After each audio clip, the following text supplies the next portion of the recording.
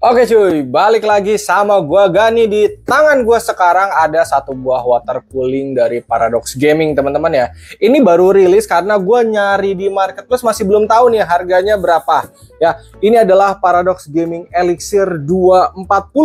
Kalau dilihat dari gambarnya ini ada warna putih, ada warna hitam, teman-teman ya. Nah, yang ada di tangan gua ini yang warna hitam. Dan gak usah lama-lama, kita akan unboxing si water cooling ini dan kita akan tes ya, kita akan jajal. Gua testingnya akan pakai Intel Ultra 7 265KF, B650M sama RTX 5060 Ti 16GB ya. Dan gak usah lama-lama, kita buka dulu sekarang si water cooling ini. Oke guys, ini dia si water coolingnya ya. Paradox Gaming Hypersonic Elixir 240 ya. Jadi dia ini masuk ke dalam seri Paradox Hypersonic ya. Hypersonic kan ada fan, ada cooler tower ya. Dan sekarang ada water coolingnya Hypersonic Elixir 240 all-in-one liquid CPU cooler ya. Jadi ini udah tinggal pakai aja. Kalau teman-teman nanya, bang maintenance water cooling gimana, repot gak? Sama kayak cooler tower teman-teman. Kalian cuma harus ganti pasta sama ngebersihin aja radiator dari debu, udah itu doang. Sama kalau tower kan sama tuh, ngebersihin fan dari debu, heatsink dari debu, sama ganti pasta, udah sama guys, jadi nggak ribet. Dan untuk water cooling ini dia ada indikator display teman-teman ya. Di sini kalau dia ada CPU temperatur, CPU fan sama GPU temperatur ya. Nanti kita akan lihat nih apakah dia sistemnya tuh pakai aplikasi yang bisa dicek and dicek atau kayak gimana ya. Yang jelas harusnya sih pakai aplikasi, nyoloknya pakai USB 2.0 kayaknya teman-teman ya. Oke, untuk water coolingnya sendiri dia support RGB ya. Mau pakai Aura Sync, RGB Fusion, Mystic LED, Astro Polychrome dia udah support ya.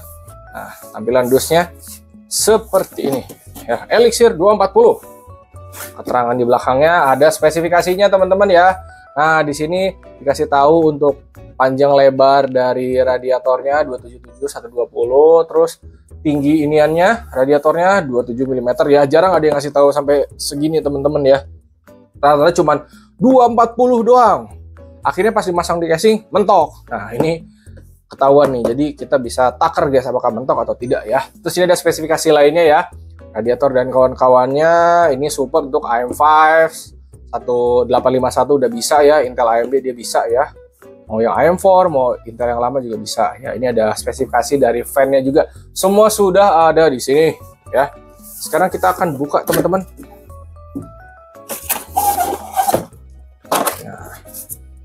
Oke, nah ini enak guys. Kenapa gue bilang enak? Karena fan-nya udah nempel di radiator. Jadi kita tidak paciwuh lagi.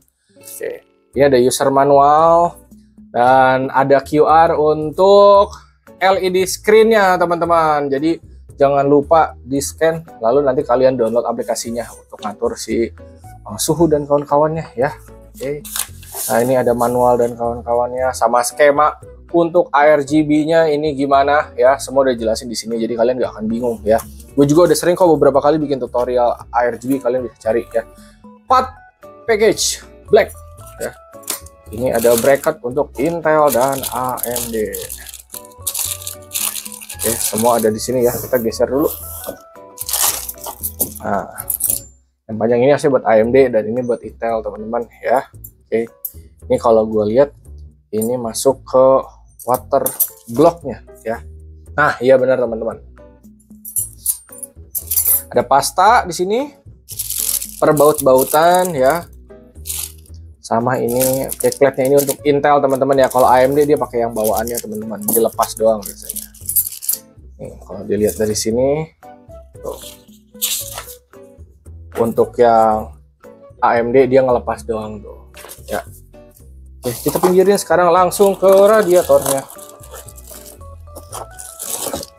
Oke, ini termasuk water cooling yang selangnya fleksibel teman-teman. Kalau gue lihat ya, ada lagi di sini ya. Oke, nah ini udah enak guys. Nah fan-nya ini 240 ya, 120 ya. Oke, 20 240. Nah, untuk skema perlampu-lampuan dari fan-nya ini udah enak banget, udah digabung sini jadi dia rapih. Lalu nanti nyoloknya kita pakai PWM 4 pin dan ARGB 3 pin, teman-teman ya. ARGB 3 pinnya dikasih cowok, cewek. Biar apa? Biar bisa nyambung sama si waterblock ya. Ini screen-nya, teman-teman. Oke, kalau dilihat dari gambar screen-nya dia persegi panjang begini ya. Oke. Tapi kalau Intel kayaknya bisa dibolak-balik. Tapi kalaupun dibolak-balik nanti bisa nggak ya di aplikasinya? Kita ikutin yang ada di tampilan di DUS-nya aja ya. Oke, lalu untuk dari bloknya ini ada PWM 3 pin. Ini bisa dicolok ke CPU fan, teman-teman ya. Terus ada USB 2.0. Nah, ini tuh buat displaynya. Kalau USB 2.0 ini nggak dicolok, kalian nggak bisa munculin displaynya. Terus ini ada ARGB 3 pin cowok, cewek ya. Oke, dan untuk selang ini fleksibel, jujur guys. Ini termasuk selang yang fleksibel karena ada beberapa kan yang kaku ya. Ini enak guys, fleksibel. Jadi masangnya bakal gampang guys ya, dan tidak bocor sih. Sampai saat ini gue udah nyobain kayak rakit PC pesanan pelanggan sampai 300-an, alhamdulillah sih tidak ada yang bocor-bocor ya. Oke, jadi buat unboxing si water coolingnya ini seperti itu. Kita masuk ke pemasangan ya. Step pertama kita harus masang bracketnya dulu ya. Oke, untuk Intel ya, karena di sini gue pasang di Intel. Kalau pakai AMD kalian pakai yang panjang ini teman-teman ya. Karena pakai Intel kita pakai yang kotak ya. Ini tinggal diikutin aja sih. Tuh, ini ada panahnya di sini nih. Sama ini panah, tinggal diikutin gini aja guys. Tinggal diputar. Tuh. Jadi sesimpel itu aja teman-teman untuk masang si bracket yang ininya. Sekarang kita akan masang backplate-nya ke motherboard ya. Nah, ini untuk Intel 1851. Tinggal kita sesuaikan dulu iniannya teman-teman, udah di sini ya. Untuk 1851 dia itu sama kayak 17XX teman-teman ya. Dia tinggal pasang agak tengah dikit.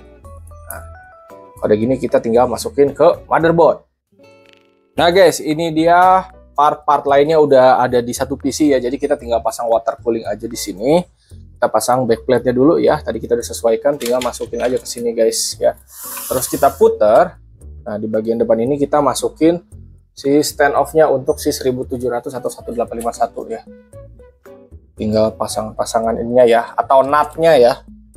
Pokoknya pasangan-pasangan ininya kita tinggal masukin begini. Nah, kalau selesai dari sini, kita sekarang pasang radiatornya di atas ya teman-teman ya. Dan pastikan casing kalian sudah muat pasang water cooling ya. Kalau misalkan nggak muat ya kalau bisa dipasang guys. Jadi casing ini kebetulan dia muat water cooling 240, kita akan pasang di atas ya sebagai angin keluar. Karena biasanya casing standarnya tuh angin masuk, keluar di belakang, di atas keluar. Kalau kalian pasang di samping, misalkan kalian mau masang water coolingnya di samping karena casingnya supportnya di samping, kalian bisa bikin sebagai angin masuk atau angin keluar. Kalau di samping itu bebas, tergantung skema dari casing kalian masing-masing. Selanjutnya kita pasang radiator ya. Ini karena 240 berarti ada 8 baut ya. Tinggal disesuaikan aja. Kalian mau dari ujung boleh, dari tengah juga boleh. Bebas, ini mah tidak ada aturan baku. Mau di tengah-tengah banget boleh, mau agak minggir juga boleh ya. Tuh. Kalau gue bisa tengah dulu terus ujung-ujung. Tapi kalau kalian mau dari ujung dulu, tidak apa-apa ya. Diperbolehkan dan dibebaskan senyamannya kalian aja teman-teman. Ini masang radiator kayak gini, tidak ada susah-susahnya, masih benar-benar gampang ya. Oke, kita tinggal pasang begini ya, tutup. Lalu untuk colokannya, dia kan ada ARGB sama PWM ya. Biasanya kalau rakitannya ada controller ARGB, semuanya tinggal colokin ke controller guys, baik yang dari water block maupun dari fan radiatornya. Tapi kalau kalian nggak pakai controller, bisa langsung ke motherboard, PWM-nya ke Mobo, ke SIS fan atau CA fan, ARGB-nya ke Mobo ya. Dengan catatan Mobonya support ARGB. Kalau Mobonya nggak support ARGB, kalian cuma colokin ini doang, itu masih bisa berfungsi, tapi kagak ada lampunya gitu, dan displaynya jadi kagak bisa ya. Oke. Selanjutnya kita pasang si water blocknya, tapi jangan lupa lepas plastik kematian ini teman-teman ya. Karena kalau ini lupa dilepas, udah guys, amsyong. Kita kasih pasta ya. Di sini kalau ngasih pasta bebas ya teman-teman ya. Mau kalian bentuknya sebiji jagung kayak gue, mau X itu bebas ya. Oke, ini kita tinggal masukin gini aja guys.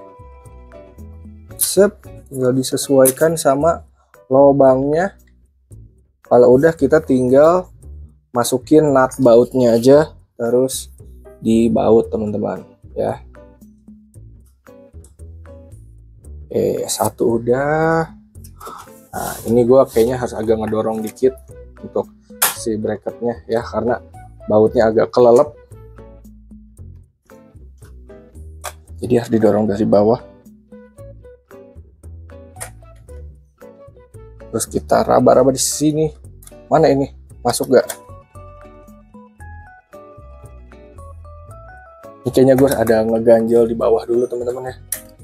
Nah, baru kita baut, atau ini jangan dulu kencang-kencang guys yang di sini. Oke.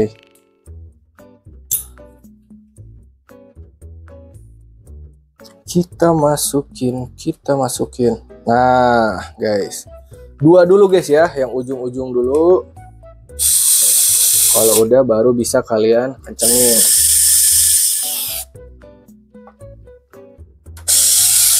Nah, kalau yang dua itu udah, baru yang sisanya guys. Kalau nanti di sini misalkan bagian kotaknya rada miring, kalian bisa longgarin dikit dulu, habis itu tinggal dilurus-lurusin teman-teman ya. Pokoknya ini masih gampang banget. Sip, udah ya. PC sudah clear teman-teman ya, water cooling semua udah dicolok-colok, kita langsung nyalain aja PC-nya ya. Nah, si water coolingnya dia udah nyala ya. Dan untuk perkabelannya, dia itu kan ada ARGB sama PWM ya. PWM dari water block sama dari fan atas, itu gue colokin ke Mobo. Kalau ARGB-nya ke Mobo juga. Sama jangan lupa nyolokin USB 2.0 dari water block itu ke bawah ya, ke USB 2.0. Dan di sini gue mau ngasih tahu teman-teman ya, untuk si kabel USB 2.0-nya tidak terlalu panjang. Tadinya gue coba naikin lewat atas ke belakang, ternyata kagak nyampe. Jadi gue harus turunin masuk ke belakang VGA terus ke bawah nih, ke sini nih. Ya, tapi itu masih cakep-cakep aja, nggak kelihatan teman-teman. Oke, sekarang yang harus dilakukan adalah kita install aplikasi dari si Waterblock, si Paradox Gaming Elixir 240 ini. Nah guys, untuk aplikasinya kalian bisa scan di sini atau kalian bisa buka websitenya ya. Nanti tampilannya seperti ini, langsung klik aja download filenya, dia 100 MB ya. Oke. Kalau misalkan udah selesai ke download, kalian klik 2 kali aja teman-teman ya. Kalau ada notif kayak gini, pilih more info, run anyway aja ya. Nanti di yes, terus tinggal pilih next aja teman-teman ya. Ini mah gampang ya. Ini create a desktop shortcutnya, kalian bisa centang. Terus next install ya. Habis ini kalian bisa launch. Nah, aplikasinya namanya DT Control. Setelah selesai semua, kita bisa buka aplikasinya si DT Control ini dan tampilannya akan seperti ini, teman-teman ya. Dan gue baru ngeh, ini aplikasi yang sama banget dan displaynya juga mirip banget dengan casing Paradox Gaming Glass ya. Mungkin sama-sama dari Paradox juga ya, sama-sama di Paradox Gaming. Kalau kalian waktu itu nontonin casing Paradox Gaming Glass, itu bentukan displaynya sama seperti ini teman-teman ya. Ada temperatur suhu, CPU fan, sama GPU temperatur ya. Dan ini nggak bisa diganti-ganti teman-teman ya. Dia udah saklek seperti ini. Jadi aplikasinya hanya menunjukkan buat display aja. Nah, di sini suhu temperaturnya begini, GPU-nya ya ini prosesor, ada storage sama ada RAM ya. Di sini kalian bisa pilih mau berbahasa Inggris atau Mandarin ya, tapi ya udahlah Inggris aja ya. Nah, sama setting. Setting ini buat nunjukin suhunya kalian lebih PW di derajat Celcius atau Fahrenheit ya. Kalau gue sih biasa Celcius aja teman-teman ya. Sama ini ada auto startnya teman-teman, bisa dinyalain dan dimatiin ya. Jadi otomatis, kalau gue sih auto startnya diklik aja dinyalain. Jadi pada saat kita nyalain PC nanti dia langsung nongol seperti ini ya. Jadi untuk download aplikasi dan install aplikasi ini masih gampang ya. Bahkan jadi gue kayak gak asing gitu sama aplikasinya DT Control. Ternyata gue pernah ngerakit pakai casing Paradox Gaming Glass, aplikasinya sama banget, tempat web downloadnya juga sama dan tampilannya juga sama. Dan ini untuk suhunya dia kalau kita lihat ya, kita buka aplikasi HW Monitor deh teman-teman ya. Itu akurat guys. Nah, di sini prosesornya temperaturnya ada di 40-an derajat ya. 48, 42, di sini juga 42 tuh ya, naik turun ya 44. Jadi dia akurat teman-teman ya. Oh, di sini 49. Di sini juga dia turun lagi ya 40, 48, 50, 41. Pokoknya ini hasil suhu yang di display di aplikasi sama di HW Monitor itu udah akurat. Jadi kita nggak perlu buka aplikasi lagi, cukup nengok di sini aja. Ya ini udah mantap teman-teman ya. Oke. Kita sekarang masuk ke testing ya. Gue akan pakai AIDA 64 dulu. Kita akan stress CPU seperti biasa 1 menit jar. Kita start ya di sini. Suhu ada di 40-an ya, naik ke 50-an. Tuh, kita lihat nanti tertingginya di berapa ya. Kalau buat gue pribadi, selama di bawah 85, gue masih cuek banget ya. Dan gue juga pede si water cooling ini dia bisa mendinginkan si Intel Ultra 7 265AF teman-teman ya. Harusnya udah aman banget. Kita tungguin sampai 1 menit ya. Sudah hampir 1 menit teman-teman ya, dan di sini tertinggi kalau gue lihat ada di 62 derajat ya. Sekarang suhunya di 60. Wah, ini mah kicep teman-teman ya, masih tenang banget ya. Naik ke 63 tadi tertingginya. Oke, ini udah 1 menit, kita stop teman-teman ya. Jadi untuk suhunya si water cooling Paradox Gaming Hypersonic Elixir 240 ini udah aman banget ya buat prosesor Intel Ultra 7 265KF ya. Ini prosesor yang mantap juga. Dan sekarang abis ini kita akan melakukan benchmark gaming teman-teman ya. Untuk testing game di sini gue hanya akan benchmark game ini teman-teman ya, Shadow of the Tomb Raider ya. Karena game ini sepengalaman gue rakit dia tuh suhunya kadang suka melonjak tinggi teman-teman. Kalau misalkan gue mau benchmark ya, dan kita akan lihat gitu. Pokoknya sampai saat ini gue testing game yang kadang suhunya benar-benar naik banget ya, bisa sampai 70-an, kadang mendekati 80 ya game ini teman-teman. Kita akan lihat ya kena berapa. Untuk settingannya di sini gue akan set di 2K ya, 2K eksklusif full screen, settingannya ultra ya, sementok-mentoknya pokoknya. Oke, kita akan play. Kita udah masuk ke gamenya teman-teman ya. Di sini suhu aman banget di 40-an. Kita masuk ke menu dan ke grafik ya. Ini ultra ya, mentok semua. Kita langsung running aja benchmarknya teman-teman. Nah, terkadang pada saat loading kayak gini dia tuh bisa naik teman-teman. Oke, kadang bisa sampai ke 70 dan 80. Kita lihat si water cooling ini apakah aman atau tidak ya. Paling tertinggi gue lihat di 64 tuh ya, dan langsung turun lagi ke 40-an. So ini kalau untuk Intel Ultra 7 harusnya udah aman banget ya. Kalau kalian misalkan pakai Ryzen 7 juga harusnya aman banget. Kita tungguin sampai kelar ya. Kita lihat mentoknya di berapa. Tadi aplikasi HW Monitor gue nggak close. Nanti kita bakal lihat tuh tertingginya kecatatnya berapa derajat. Oke, kita tungguin sampai selesai.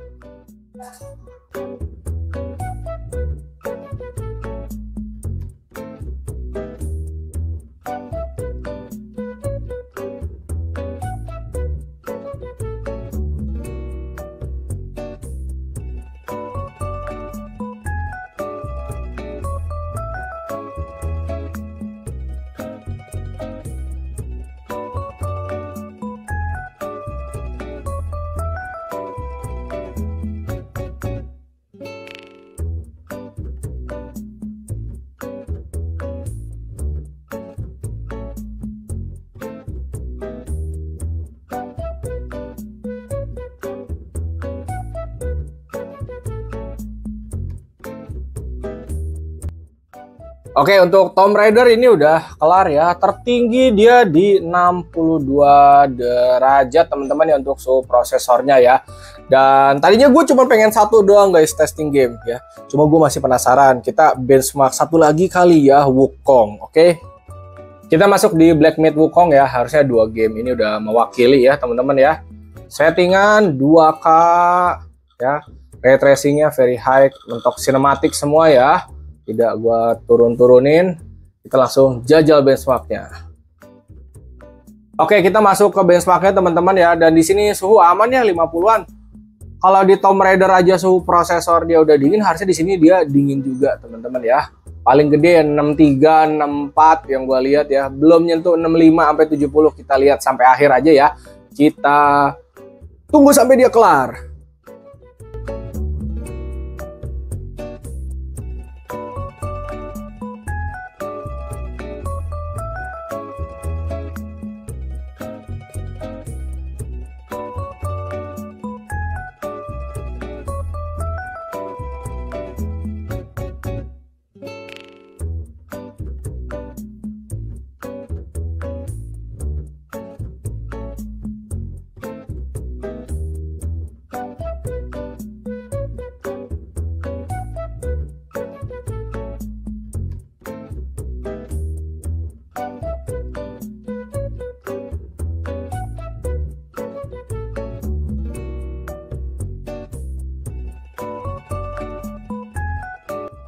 Oke guys, kita sudah clear ya testing gamenya. Kalau di aplikasi HW Monitor di sini terdeteknya tertinggi di 62, tapi tadi gue sempat ngelihatnya tertingginya di 64 teman-teman ya. Dan itu masih dingin banget, masih jauh ke 85 derajat ya. Jadi buat teman-teman, kalau misalkan kalian minat sama water coolingnya, kalau linknya udah ada nanti gue drop di deskripsi ya. Ini Paradox Gaming Hypersonic Elixir 240, ada warna hitam, ada warna putih. Harusnya ada 360-nya juga ya. Biasanya kalau Paradox bikin water cooling tuh. Oke, ini udah cakep banget ya. Jadi video kali ini kita sampai sini aja teman-teman. Ini worth it guys. Worth it. Harusnya harganya terjangkau juga ya. Paradox Gaming biasanya harganya pada terjangkau teman-teman. Oke, hatur nuhun, terima kasih dan thank you. Semoga bermanfaat. Kalau kalian pakai si Ultra 7 atau Ryzen 7 yang terbaru, ini harusnya udah aman banget ya. Tuh, suhu aman banget. Mantap.